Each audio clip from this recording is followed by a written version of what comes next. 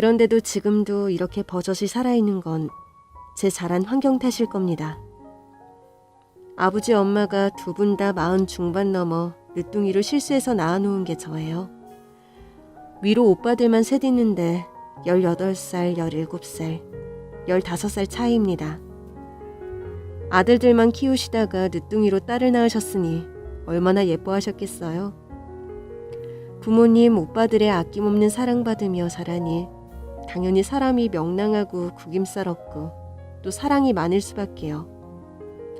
부모님은 시장에서 크게 주방기구 그릇 장사를 하셨는데요. 이제 혼자 집에 있어도 되는 나이가 되자 부모님은 저를 데리고 시장에 가시던 걸 그만두셨습니다. 10살부터는 혼자서 집을 보고 숙제하고 친구들을 집으로 불러와 소꿉놀이, 고무줄놀이하고 혼자 스스로 자랐어요. 오늘은 유자랑 은경이 불러다가 집에서 점심 먹어라. 엄마가 애호박전이랑 계란 돌돌 말아서 반찬해놨어. 친구들하고 나눠 먹고 숙제해. 감자도 쪄놨어. 설탕 찍어 먹어. 친구들하고 사이좋게 나눠 먹고 싸우지 말고 잘 놀아. 오늘은 막내 오빠가 일찍 와서 밥하는 날이니까 오빠한테 머리 감겨달라고 해. 머리 껍질까지 제대로 감아달라고 해. 쉰내나. 알았지? 제가 이제 동네 쪼무레기들 중에서 언니 축에 들 무렵부터는 우리 집이 타가소가 되다시피 했어요. 제가요, 워낙에 아기를 좋아하거든요. 집에 가세가 넉넉해서 음식도 가득하니 아이들 불러 모아 먹이기 좋았죠. 부모님도 워낙에 주는 걸 좋아하시는 분들이라 사람이 언제나 드글드글, 아기들도 드글드글. 저는 열심히 이것저것 만들어서 퍼먹이고요. 그런 제 모습에 동네 어른들이 한 말씀씩들 축복해 주시고는 했습니다. 자영이가 워낙에 인심이 후하고 사람 좋아하고 애들 예뻐하니 잘 살 거야. 저 보라고. 집에 가보면 늘 사람이 드글드글 하잖아. 사람 드글드글한 집 치고 잘 안 되는 집 없어. 자영이 같은 애가 시집가면 애들을 한다섯씩 낳아서 부잣집 안방마님으로 자식들 거느리고 후덕하게 살지. 그렇게 축복의 말을 해주시면 우리 부모님은 흐뭇해하셨죠. 저는 공부를 오빠들만큼은 못했지만 오빠들이 모두 수재라 과외 공부 없이 오빠들 도움으로 이류대학 성악과에 들어갔습니다. 제가 체격이 있고 성량이 풍부해서 성악하라고 중학교 음악 선생님이 부추기셔서 예술고등학교로 진학했고 저는 최고대학 말고 이류대학 성악과에 입학했습니다. 사실 우리 또래의 여자가 대학까지 간 경우는 그렇게 흔하지는 않았잖아요. 그런데도 동네에서 여자는 저 하나 대학에 갔다는데도 동네 친구들에게서 따돌림 없었던 거 보면 제가 워낙에 인심을 안 잃고 산 거는 맞는 것 같아요. 그런데 제 팔자에 전문적인 제일 같은 건 없는지 친구에게 소개받은 친구 사촌 오빠, 그 평범한 남자에게 꽂혀서요. 제 노래에 멋지게 기타 반주를 넣을 줄 아는 그에 대한 사랑이 불을 튀기게 뜨끈뜨끈해서요. 계산이고 뭐고 없이 그냥 바로 결혼했어요. 남편은 고아였습니다. 우리 부모님에게는 그 점이 마이너스가 아니라 오히려 플러스였죠. 대릴사위식으로 옆에 끼고 살 수 있으니까요. 차갑기가 차돌멩이 같은 작은 오빠는 나는 널 도저히 이해를 못하겠다. 그 어디가 좀 모자란 것 같이 착해 빠지기만 한 그 녀석이 어디가 좋다는 거냐? 너 정도면 얼마든지 괜찮은 놈에게 갈 수 있잖아. 시끄럽다. 내 보기에는 사람이 착해서 복 날아가게는 안 하겠더라. 우리 자영이는 그저 지 예쁘다고 하는 사람한테 가야 돼. 워낙에 어릴 때부터 예쁨 받고 자라서 자기 안 좋아하는 사람한테 가면 못 살아. 둘째 오빠는 못마땅히 했지만 부모님과 다른 두 오빠들은 마음에 들어 했어요. 비록 이류대학이지만 경제학과 학생이고 경제학 공부해서 밥 굶는 놈은 못 봤다면서요. 그와 결혼하고 우리는 우리 친정에서 10분 거리에 집을 얻어 신혼을 시작했습니다. 저는 신혼여행지에서부터 아기 가질 생각에 꿈에 부풀었죠. 그도 천의 고아였기 때문에 빨리 자기 핏줄을 보고 싶어 했고, 우리 둘은 신혼여행지에서 건강한 젊은 사람들답게 아기 가지려 많이 애를 썼네요. 우선 둘이 서로를 너무 좋아했으니까요. 참 인생이란 아이러니합니다. 저같이 아기 좋아하고 물론 남편을 사랑했지만 아기 가지고 싶어 결혼했다 해도 과언 아닌데, 남편과 같이 지나가다가도 아기만 보면 멈추어 쓰다듬어 보는 사람, 부부 둘 다가 아무 이상 없고 젊고 건강하고 경제적 뒷받침되고 너무너무 아기를 바라는 우리 부부에게 아기가 안 생기는 거예요. 자랄 때 동네 어른들이 축복의 말 해주시던 게 아무짝에도 소용없게 자식이 안 생기는 겁니다. 이유는 아무도 몰랐어요. 저요, 23살에 결혼식해서 40에 제 아들 낳을 때까지 눈물 쏟은 거 여기다가 다 못 적습니다. 정말 무슨 짓을 안 해봤게요. 그거 해본 거 여기다가 다 적으면 구독자님들 기함하실까봐 못 적겠습니다. 엄마는 명절 다 치르고 난 저녁만 되면 아버지께 하시는 말씀이 있으셨대요. 여보, 저거 자영이 저거 그 아기 좋아하는 애가 지 조카들 아기나 안고 들어오는 거 보면 쳐다도 안 보는 거 아세요? 저 정말 통복만 안 하다 뿐이지. 아이고, 나 속 썩는 거 누가 알아. 그뿐이게요. 남편이 제가 아들을 낳고 아들놈 군대 가 있을 때까지도 소주 한두 잔 하면 가끔 하던 말이 있어요. 여보, 나는 아직까지도 눈물 없이 생각할 수 없는 게 말이야. 1985년도 말이야. 한국에서 처음으로 시험관 아기 성공했을 때 말이야. 기억나? 그때 당신 정말 미친 듯 좋아했었지. 그때 이후로 9년간 시험관 계속 실패할 때마다 말이야. 난 당신 우는 거 보면서 정말 죽고 싶었어. 근데 그것보다 더 기가 막혔던 때가 있었거든. 당신 29살 때일 거야. 장모님이 날짜 받아온 날, 계룡산 무당이 점지해준 그날 새벽 4시에 그 시간에 당신하고 같이 시간 보내고 나서 말이야. 내가 베개에다가 머리를 대는데 말이야. 당신이 갑자기 벌떡 일어나서 물구나무를 서는 거야. 내가 그때 속으로 저 여편 내가 드디어 미쳐가는구나 생각했거든. 근데 알고 보니까 정자와 난자가 너무 안 만나지니까 만나지는 길을 한번 거꾸로 해보자는 방법까지 택한 거더라고. 남편 말대로 그랬을 겁니다. 저 정말 안 해본 짓 없어요. 창피한 게 어디 있나요? 체질이요? 임신 잘 되는 체질로 바꾸기 위해 별의별 짓 다 했어요. 정말 암놈 나비날개까지 먹었습니다. 제 혈액형이 좀 희귀한 RH-A형이라 다른 불임 임산부의 2배는 더 힘들었던 노력들, 그 수많은 전쟁들. 그래서 이제는 남편에게 화를 냈어요. 오죽 못나면 바람질도 못하냐고요. 나가서라도 자식 낳아오라고 괜한 의심과 어깃장으로 남편을 괴롭히던 무렵이 40 딱 그때였거든요. 그렇게 미친년처럼 남편을 괴롭힐 때마다 부처님 같은 그이는 다 당해주었고요. 남편은 그때 분명 사는 게 아니었을 겁니다. 40에요. 살아도 살아있는 게 아니던 때 밥만 먹으면 졸린 거예요. 남편 출근시키고 너무 졸려서 설거지고 뭐고 그냥 다시 이불 속으로 들어가기 바쁘고, 만사 의욕이 없고 음식을 못 먹게 울렁거리고 손가락 사이로 바람이 솔솔 빠져나가는 것 같고 으슬대서 저는 제가 암인 줄 알았어요. 그래서 병원에 갔더니 산부인과를 가보라는 거예요.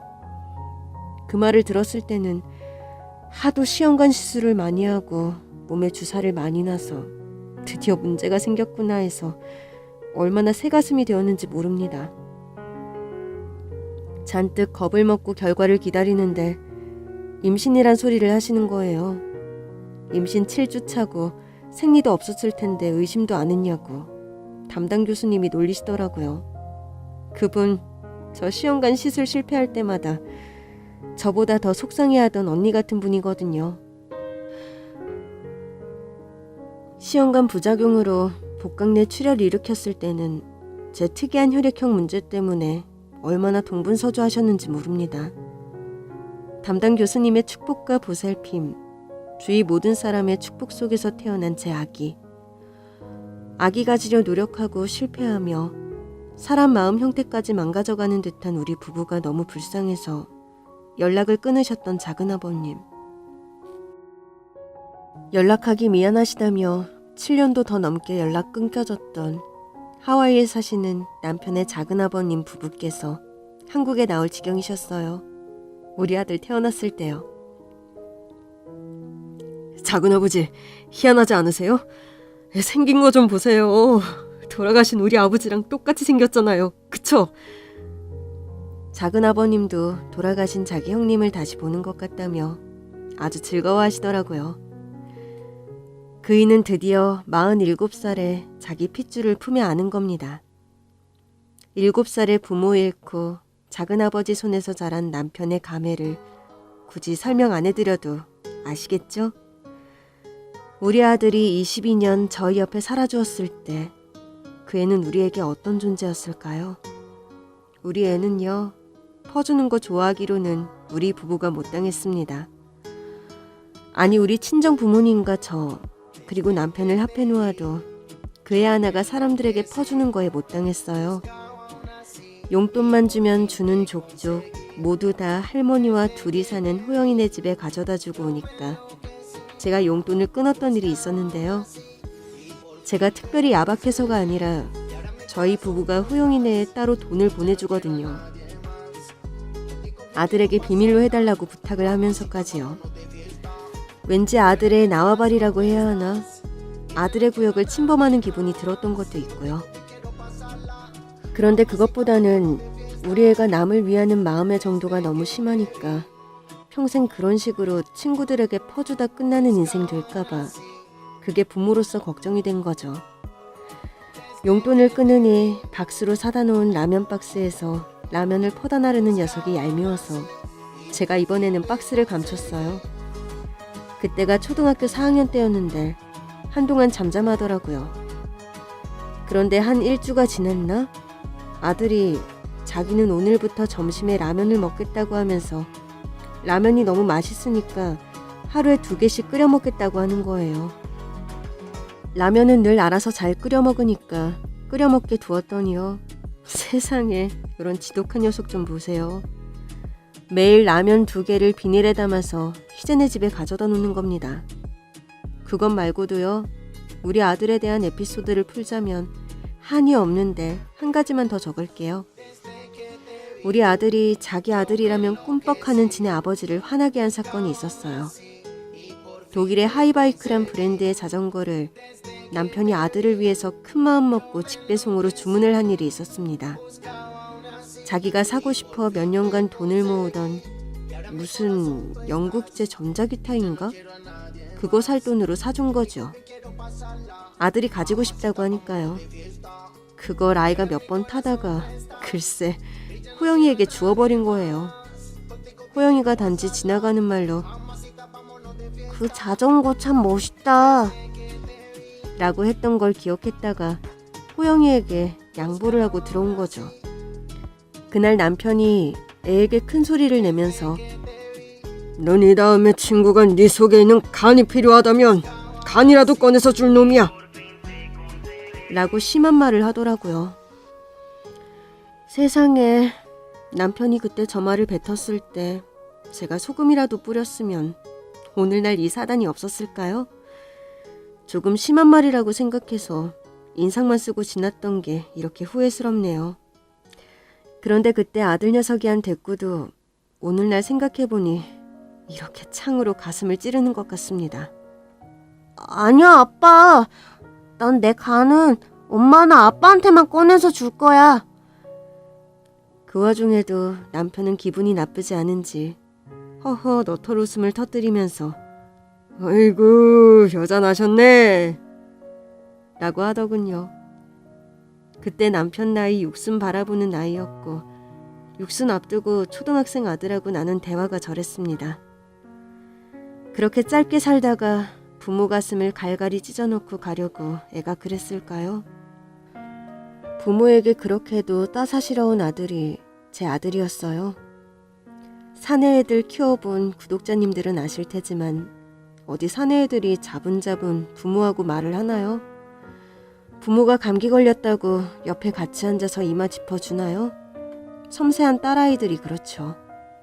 우리 아들은 다른 집 10달 안 부러운 애였답니다.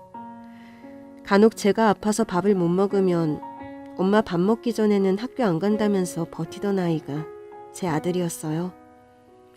워낙에 친구가 많고 친구들하고 노는 걸 좋아하고 공부머리는 그렇게 좋지 않아서 서울 변두리에 있는 이름 없는 대학에 겨우 들어간 아들이 대학 다니다가 군대를 갔습니다. 후방 경상도로 갔어요. 어쨌든 우리는 옛날 사람이라 후방하면 무조건 마음이 편해서 느긋해했죠. 아들을 군대 보내면서 다른 부모가 있던 불안감 왜 없었겠습니까? 그런데 애 성격이 사람이 붙는 애라 군대 가서 윗사람에게 미움받고 그런 거 걱정은 전혀 없었어요. 제가 우리 아들 낳아놓고 군대 보낼 때까지 누구 하나 우리 아들 싫다는 사람 못 봤으니까요. 오죽하면 택배기사 아저씨들까지도 우리 아들을 좋아했다니까요. 후방이라 그나마 안심하면서 이제 저녁 3주를 앞두고 저는 아들방 도배를 새로 했습니다. 지물포 사장님이 친정부모님 시장에서 장사하실 때부터 친구 집안이라 친하죠. 그 집 아들이니까요. 근데요, 이 사장님이 도배를 하다가 말고 자꾸 벽지가 들뜬다고 하는 거예요. 그런가 보다 하고 이제 점심 드시게끔 주방에서 잔치국수를 하고 해물전을 부치고 있는데 갑자기 아들 방에서 아이고 아유 이게 뭐야 아유 하는 비명소리가 들리는 거예요. 쫓아 들어갔다가 저도 기함을 하고 말았습니다. 세상에나 사람 손바닥만한 지네 4마리가 왼쪽 벽 아래 위에서 자꾸 기어나오는 겁니다. 희한한 건요, 도대체가 나올 구멍이 없는데 기어나오는 거예요. 이건 정말 제 눈으로 직접 본 거라 정확히 말씀드릴 수 있어요. 제 손바닥만 했어요. 그날 도배 사장님과 도배하는 직원, 그리고 저 이 3명은 정말 기절할 뻔했습니다. 지네가 너무 크고 징그러워서요. 제가 그때 기절할 뻔했던 건 조금 다른 이유가 있어요. 이걸 아들하고 연관짓지 않고요. 남편하고 연관을 지었거든요. 남편은 사실 그때 이미 퇴직을 한 상태였고요. 퇴직금을 모조리 날려먹었어요. 말하면 한심하고 뻔한 스토리, 길게는 안 적겠습니다. 친구에게 사기당해 모조리 날려먹은 우리 남편. 그 당시에 한참 최저임금제가 논란이었잖아요. 그래서 사람을 쓰는 대신 무인기계가 일을 해주는 거. 그 기계 사업을 해보자고 시작만 하면 대박이라고 그 꿰매 속아서 퇴직금을 고등학교 동기 동창한테 사기를 당해서 우리는 사실 막막한 상황이었는데요. 친정 경제력이 좀 있어서 친정에 비벼볼 요량을 하고 있었거든요. 그래도 그건 정말 남편 입장에서는 죽기보다 하기 싫었을 겁니다. 그래서 그 지네가 남편의 아군을 적나라하게 보여주는 것 같아서 너무나 징그럽고 싫었던 거죠. 그런데 그 이틀 후에 한반도에 홍수가 난 거예요. 2018년 8월 말에 있었던 홍수 기억하시나요? 우리 아들은 경상남도에 있었는데 산청으로 지원을 나갔답니다. 이게 늘 그렇듯 홍수가 난 그 당시보다도 이어지는 산사태 복구 작업이 더 힘들다네요. 아들은 전역이 12일 남았는데 그로부터 일주 내내 산사태 작업 현장으로 나갔답니다. 민간인 시설 바로 옆에 컨테이너를 가지고 가서 세워놓고서 지원 나간 군인들은 거기서 생활을 했고요. 그런데요, 일주일간의 작업이 끝나기 전날 제일 꼬레비 이등병 하나가 몸살이 난 거예요. 우리 아들은 7일날 맡은 임무가 초소에 가득 남은 짬들을 버리러 가는 거였대요. 왜 버리냐면요, 보급관한테 싫은 소리 안 들으려고요. 그래서 남은 것들은 바다에 그냥 버리는 게 일종의 암묵적인 룰이었는데 우리 아들은 7일날 맡은 임무가 그거를 실은 차를 타고 바다로만 다녀오면 되는 거였던 거예요. 그걸 그 쉬운 임무를 현장 임무하고 바꿔준 거예요. 이등병하고요. 사실 7일 내내도 우리 아들 그 착한 푼수로 그 이등병 챙겨가며 그 이등병이 맡은 구역까지 제 아들이 정신없이 삽질을 했답니다. 세상에, 그 비가 쏟아지는 와중에 말입니다. 야 임마, 저리로 가. 내가 1분에 쳐올리는 삽질하고 네가 1분에 쳐올리는 삽질하고 좀 봐라. 그게 힘으로만 되는 게 아니야 임마. 저리 가. 돌대가리 새끼. 아유, 비실비실 피죽도 못 얻어먹은 놈처럼. 그래도 말입니다, 병장님 말입니다. 제가 임마, 내가 저녁에 1개월만 남았어도 안 해줘. 미쳤냐? 이렇게 비가 쏟아지고 위험한데. 근데 내가 며칠 있으면 나가잖냐. 말년 병장이 이등병에게 주는 서비스다. 왜? 그 이등병은 당시 우리 아들에게 영어 공부를 배우고 있었다네요. 고등학교뿐이 안 나왔는데 공무원은 되고 싶은 이 청년에게 영어를 가르친 내 아들. 공부를 가르치니 이것저것 개인사도 알게 되고, 이 이등병이 참으로 딱한 개인사가 있는 걸 알고 잘해주었겠죠. 안 봐도 뻔합니다. 지목 다 퍼주었을 거예요. 그날 그 마지막 작업에서 산 중턱에 있는 마지막 잔해흙들이 쏟아져 내려 주민 4명이 함몰되어 사망했고, 군인 2명도 함몰되었는데, 군인들은 워낙에 체력이 좋은지라 끌어내어도 금방 소생하더랍니다. 우리 아들도요. 근데요, 우리 아들은 구조되고 10분 뒤에 세상을 떠났습니다. 그 진흙 속에 있던 쇠살모사가 아들 입은 옷 윗주머니에 딸려나와 물린 거예요. 그날 그 이등병이 자기 몫이었던 그 자리, 그 흙 속에 갇혔으면 그 이등병이 쇠살모사에게 물려서 세상을 버렸을까요? 인간의 양심으로 솔직히 적자면 저는 아직까지도 잘 모르겠어요. 아들밤 벽지 바를 때 나온 진액 기억하시죠? 그게 자꾸 생각이 나는 한 해는요. 그 다음에 이루어진 정부와 우리 집하고 같이 치른 장례 절차며 그런 거 말하고 싶지 않습니다. 아들이 죽었는데 그런 게 무슨 소용인가요? 순직한 아들의 부모인 우리는 유족급여를 받게 되었습니다. 제가 그 소식을 들었을 때 얼마나 울었는 줄 아세요? 남편은 벽에 머리를 찍고 울었습니다. 부모가 먹고 살 길 막막해지니까 아들놈이 유족급여 받아먹으라고 떠난 것 같아서요. 누구에게나 별걸 다 퍼주는 그 지랄 같은 버릇. 부모 가슴에 대못 박다 못해 아주 콘크리트 벽을 심더군요. 내 관은 엄마 아버지한테만 줄 거야. 하던 그걸 실행한 걸까요? 아니요, 더 있습니다. 제가 배 아파 낳아놓은 제 아들은 죽고 나서도 계속 저희에게 주는 아들이었습니다.